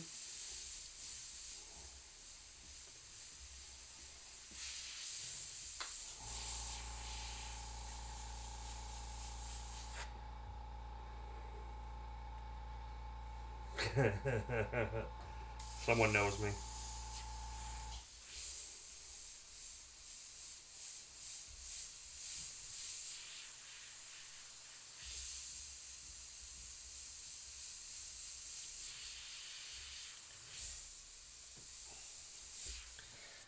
Tell you what, so Christmas is coming. So, I'm going to do a couple things tonight. So all you guys watching the video tonight, Cyber Monday's over, my discounts are over. Anyone watching the video tonight, from now until Christmas, I'm going to add a 20% discount to anything in the store.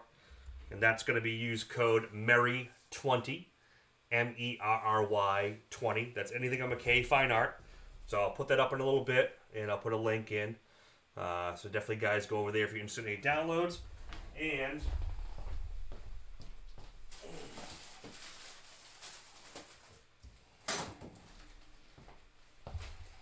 highest bidder tonight will get, London Pen's at $275.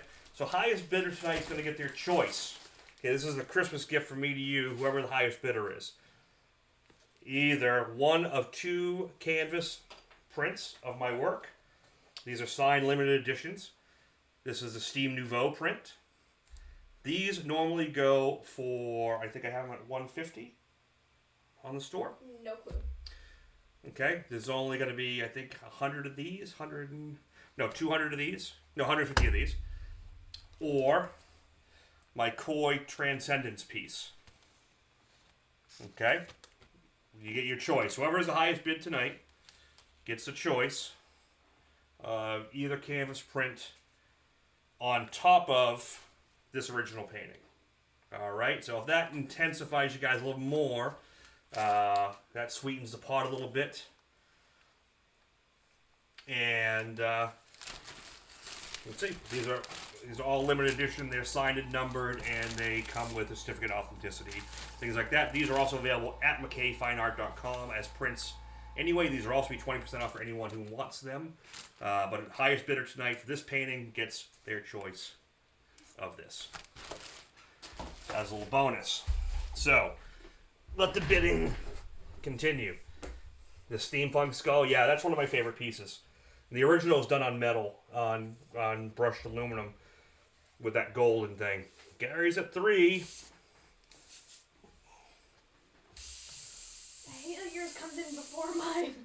Sometimes I don't see it. Don't let them dry up. You know, I cap these up at night and they won't dry for days, weeks, even water-based.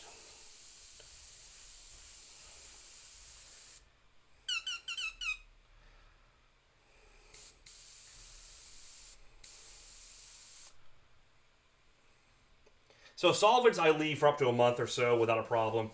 Water-based, I've gone 2 weeks, 3 weeks. I don't recommend the 3, but 2 weeks I've done it quite a bit. As long as you keep them capped.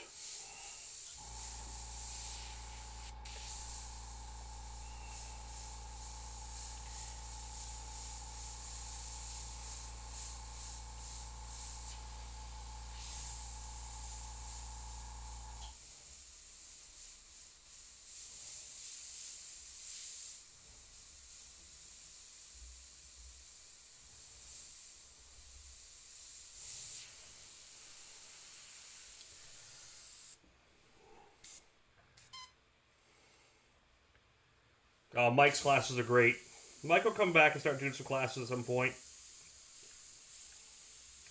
His guitar classes were a blast at the circus.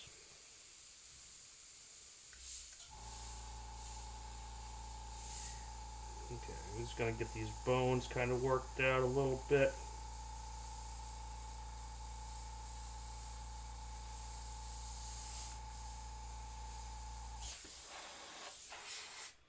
Oh, 325.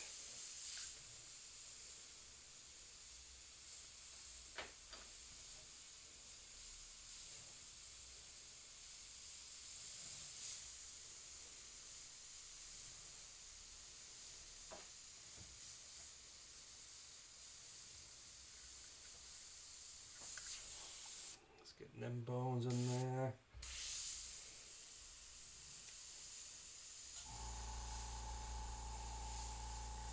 So this is that point. So we talk about this in my class a lot on the business side. You know, so if you got a client with a budget, this is the point where this Viking skull is about 20 minutes from done. Okay? Or it could be 3 hours from done. It just depends how many little details you want to put in. So, you know, do you want the $300 Viking skull? Or do you want the $2,000 Viking skull?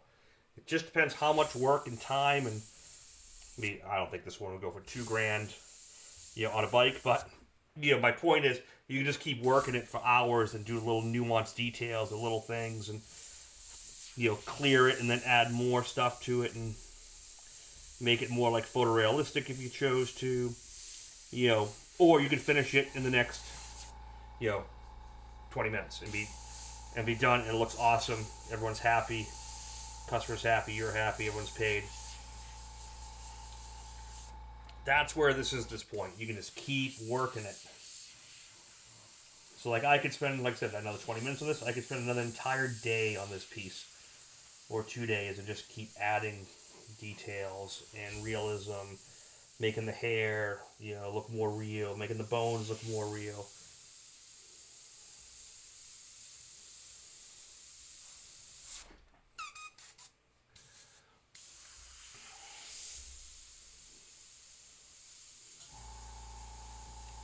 So this is probably the last, like I said earlier, this is probably the last one that'll get cleared in time and shipped before Christmas. Next week's maybe.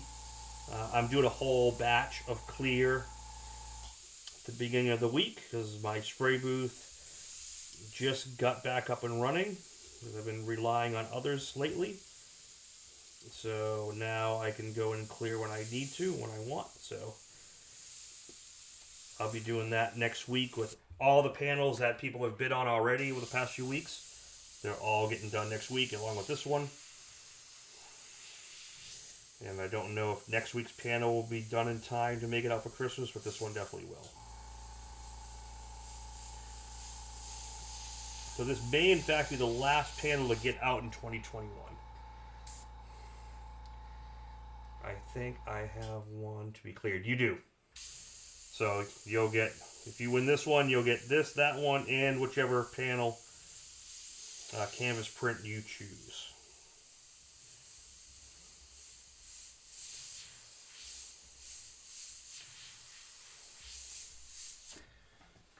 So going, okay, we got 20 minutes. 20 minutes to go. I'm going to get the lettering on here, and then I'll just do all the final detail.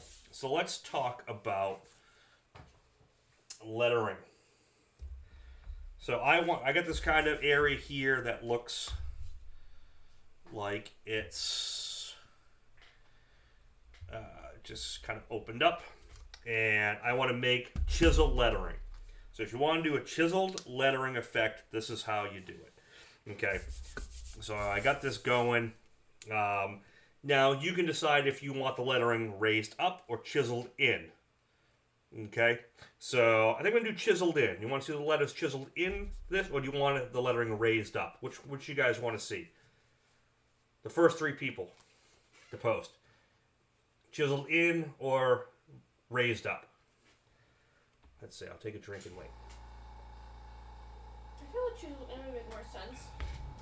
It can be either. Runes were usually made on rune things by chiseling into correct. A stone slab. Yeah, so let's see. Let's see if people want it done a different way. In, okay. We got 1 for in. 2 for in. 3 for in. It's going in. Yeah, there we go. All right. So here's a nice quick tip for lettering. You got 1 raised. That was it. If you want to do chiseled in lettering, raised, you just kind of flip everything the opposite. I have a font I typed in. This is kind of a like a gothic looking font in here, and I'll show you what I did. So I have this plotted out and masked. I did it in the computer. It shows like a Nordic rune Viking type font. And I got it transfer taped already. It's already cut out of the mask. And I'm going to lay it in here. I'm going to lay it against the edge. Okay, so this already has transfer tape on it. This is the FBS blue mask is what I'm using. Oh, 350. Oh, we have a 350 from Michael. Thank you, brother. Mike, you saw the thing about the print too, correct?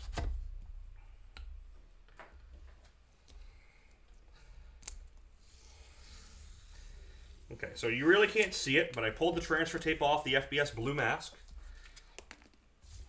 And I am just gonna back tape here so I don't get anything on my actual painting. And so I don't have to cover the whole thing. I'm just going to do that trick I learned from... oh, sorry about that camera line that's in the way. That just popped up because I touched the camera. That'll drop off in a sec. Yeah, we'll switch off that for a sec there. You can see it. Kelly, you can remove that. So I just fold it over. That keeps the overspray from getting onto the painting itself. Okay. If you really want to blow someone's mind, alternate letters. Yeah, I could do that. That would be good. For this lesson, we're not going to go that far, but that it could be a cool... Come on, no, we're not doing the single digit. Gary, you know better. That's what he wrote, just kidding. I know. That's why I'm giving him crap. Gotta give Gary crap. Yeah, that one didn't come in until after you said it. It's like, my delay is getting longer than yours. Alright, so I have the lettering here. And how I have this cut, actually, Kaylee, bring up the reference image, please. It's like watching the Storage Wars without the drama. So, see how I got that, if you look over here, you know, the MMXXI. There's actually two cuts. So the center is one, and then it's got an outline. So I'm gonna pull the center first. That's some strong wind. Oh, we got some heavy winds kicking up. Hope we don't lose internet tonight. That would suck. That would be horrible. So sad. So what I got is I have this, and then there's a little outer trace. And that outer trace is just going to give it like a little extra bevel look when I'm done. So you pull the center first. Okay. Now I'm going to do this with the candy. The candy black will be much better for this. All right. Oh, no, not Mr. Barker. Come on. What air pressure do you normally run? No idea. No. I'm about 30, 35 PSI. That's kind of my sweet spot. Maybe I'll go down to like 20 when I'm going like super fine detail and I'm really close if I thin the paint out. But for the most part, I stay around, 30, 35 PSI. I'm going to tape up this edge so I don't get a little misgap. Okay, so for chiseled in lettering, first thing you do, obviously unmask everything. Okay, I'm going to unmask. And then I'm using a candy black. You can use a very weak black here. Kelly will catch that. 275. So what I'm going to do is I'm going to do a nice mist over everything, okay? This is a fairly small lettering. I want to see the stone texture through it, okay? So MMXXI. That's what is MMX? That's 2020, right? 2021. 2021, yeah. So this is painted done in 2021. So it's Roman numerals. M is 1,000. So MM is 2,000. X is 10. So 2 X's is 20. And then I is 1. So MM 2000 XX 21 for the I. So yeah, by using a candy black or over-reduced black, or like a transparent black, mist over everything, okay? But if you look really close, let's see if I can zoom in here. Kelly, you can remove the image now. So if you look really close, you can see the texture through it still. And then light source coming down from here.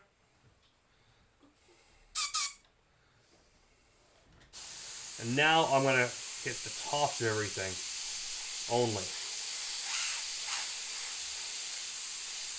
And come down the sides a little bit.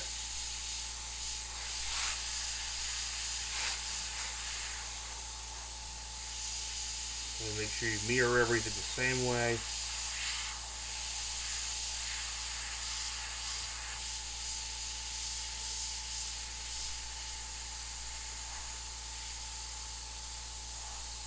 Go.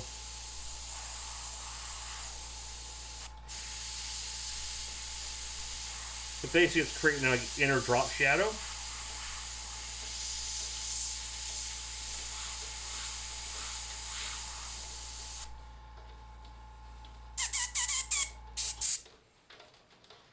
No, no, no. No politics in here, man.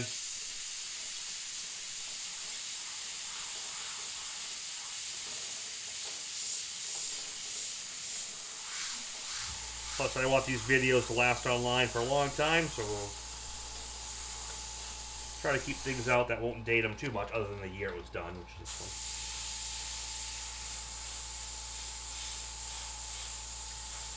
Okay, so by doing this and only hitting the top, so when I pull this, you'll have a nice crisp edge, and it'll have a little bit of gradation in there, and that's going to give it a more chiseled look. Oh, it's raining. Yep, it's raining now. We got wind. Here's the deal. If by chance we lose the feed, highest bidder at the end of the feed, whether I kill it or Mother Nature kills it, gets this painting and the print. Just putting that out there now. So now I got this outer trace I'm picking off.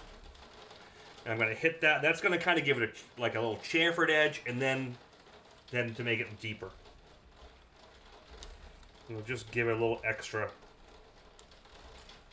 something, something. Now do some freehanding around it as well. So same thing, I'm just going to lightly, by using candies, I can lightly hit it all. And again, I can go over the tops a little bit more than the bottoms.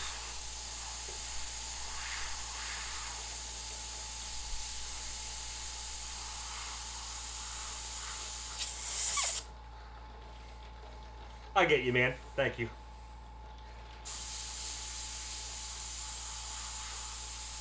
I mean, we don't want to start saying let's go Brandon or anything like that.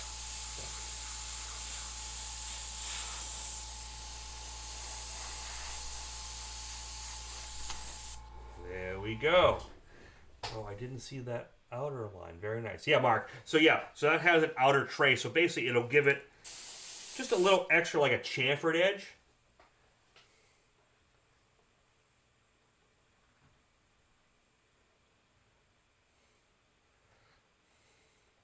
Oh, yeah. We're going to stay out of any politics, nameless subscriber. Not bring anyone names. Let's keep that out. Plus, I don't want to be deplatformed. Yeah. No politics ever in our chat. Please. Nope. 400. Ooh, thank you, Michael. Appreciate that. All right, so we got that. So see what I did there? I did a nice wash.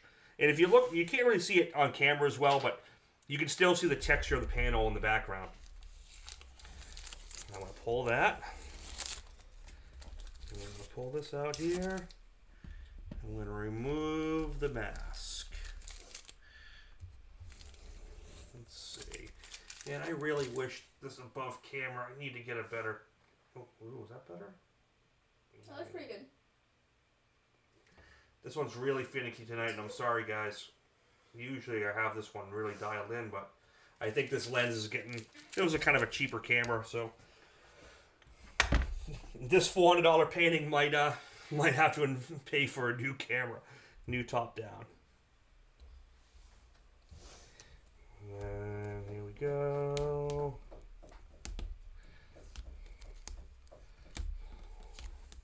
So you can just see... It looks kind of black on camera. I probably could have done a little lighter. But when you look at it in person, you can actually see the edge. And then what I'm going to do is we'll take the same color here.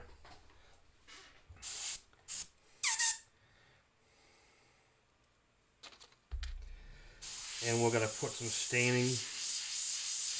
We'll put some staining in there like it's kind of been there for a while and weathered. Just soft dagger strokes.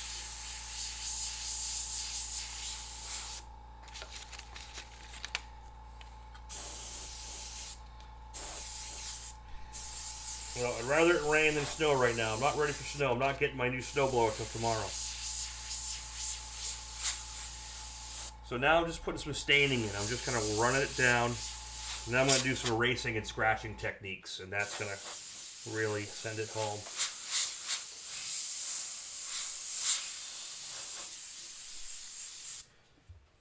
Okay.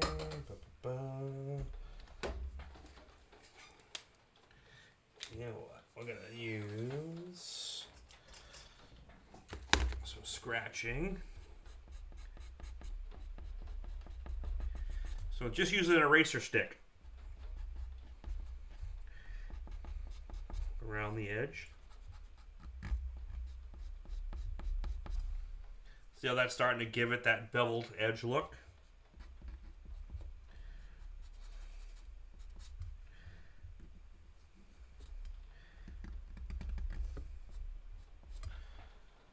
See what that little white line just did? It just really gave it that. Watch right here.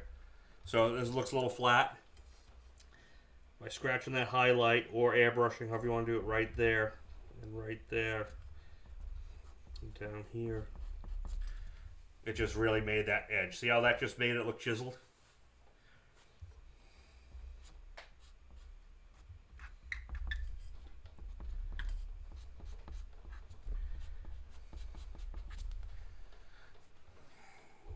Looking cooler and cooler every time I mess with it. A few little shades, connect the corners, lettering, man, look really beveled. Yep. Thank you, Gerald. Yeah, I could have done a little bit lighter. When I clear it, a lot of that will show back through. But it's hard to kind of see it on camera. And I can also go in. Let's see here. We're going to get a little paintbrush.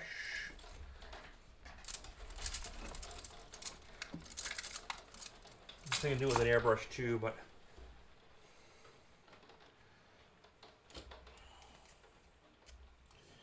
we'll go in and we're just going to hit a couple little highlights here.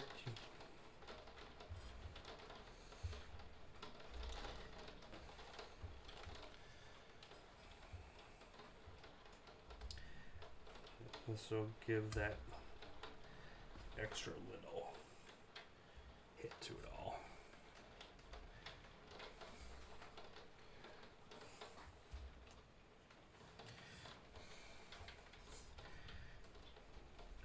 Through and brighten up some stuff here with the brush.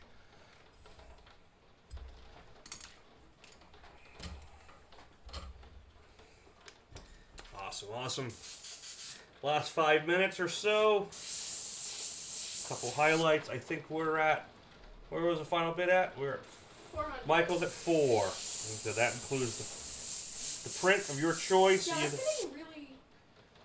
Please make the tutorial on how to make a stencil from start to finish. And make your stencil so big that if you watch the beginning of this video, it's actually there how I made the stencil for this. But I'll be making videos on everything, so make sure you subscribe, stay tuned, you'll see it all. Alright, so final countdown, final 5 minutes. Whoever's at the end with the highest bid gets the either the koi print or the Steam Nouveau Steampunk Canvas limited edition print. That'll be mailed out with this piece in time for the holidays.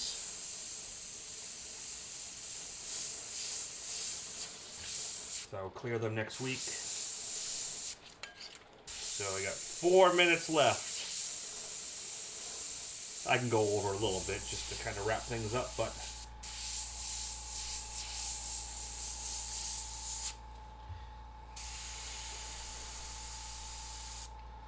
you know, I always, everyone knows, especially who's gotten these paintings from me, I usually spend another hour or so after this doing some little details, just little things like that, and just making it that much cooler so whoever gets it get something pretty special when you're done.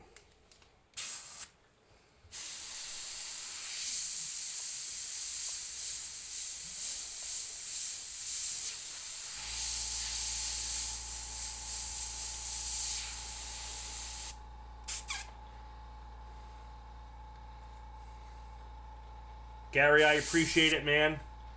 You'll have those other two. I'm going to send those out next week. As always, thank you very much.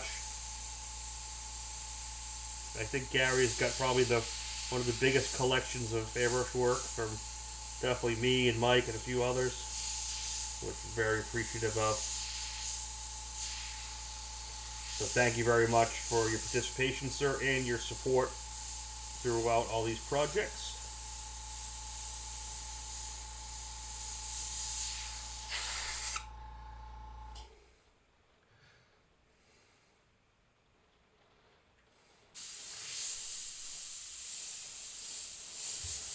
So with that, I think there was only Gary, London Paint, and Michael were the three in at the last. So no one else is in, and we're gonna call this for going once. What's that? Oh. Sorry, Mark, you appreciated. Okay, we're gonna shadow this. We're gonna pull this outside edge. So we got 400 going once.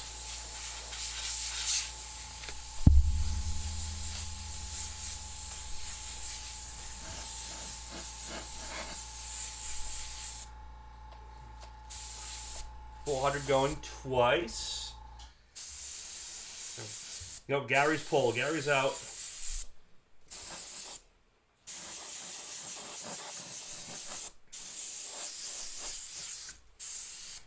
And for the win, we are going to call this Mike's painting.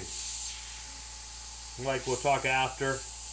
You can let me know which one you choose. If you want to do the Steve Nouveau piece, which is a gallery wrap canvas limited edition, signed and numbered. Or if you would like the Transcendence Koi painting, also limited edition canvas wrap. I will send these both out together to you. Let's pull this tape. Actually, we should do a pinstripe around this edge. Okay. A little pinstripe around the edge. You know what? I'll do it after Michael. You can tell me what you want. I can leave it as is, or we can do a whatever color pinstripe edge, a little 1/8 inch pinstripe edge you want to do around this. But let's see what we got here, because we have it black. It's a black panel, so we could do like a bright red or something pinstripe around here if you're interested, and go from there. You let me know, sir. We can talk later. And with that, I want to thank you everyone for checking out a really cool feed of this Viking Skull. One of the probably second, third to last feeds I'm going to do for 2021. I want to appreciate everyone's support. Thank you very much. Single hair pinstripe. Yeah, something really small. Make sure you share this, subscribe, talk to your friends. And I will see you all next week. Thursday night, same bat time, same bat channel. Have a great night. Michael, the koi will be yours, sir. And let me know about the stripe color. I will add that in there and sign this thing. Actually, while I got you on camera here, we will sign this puppy right now. Just so it's officially done on camera.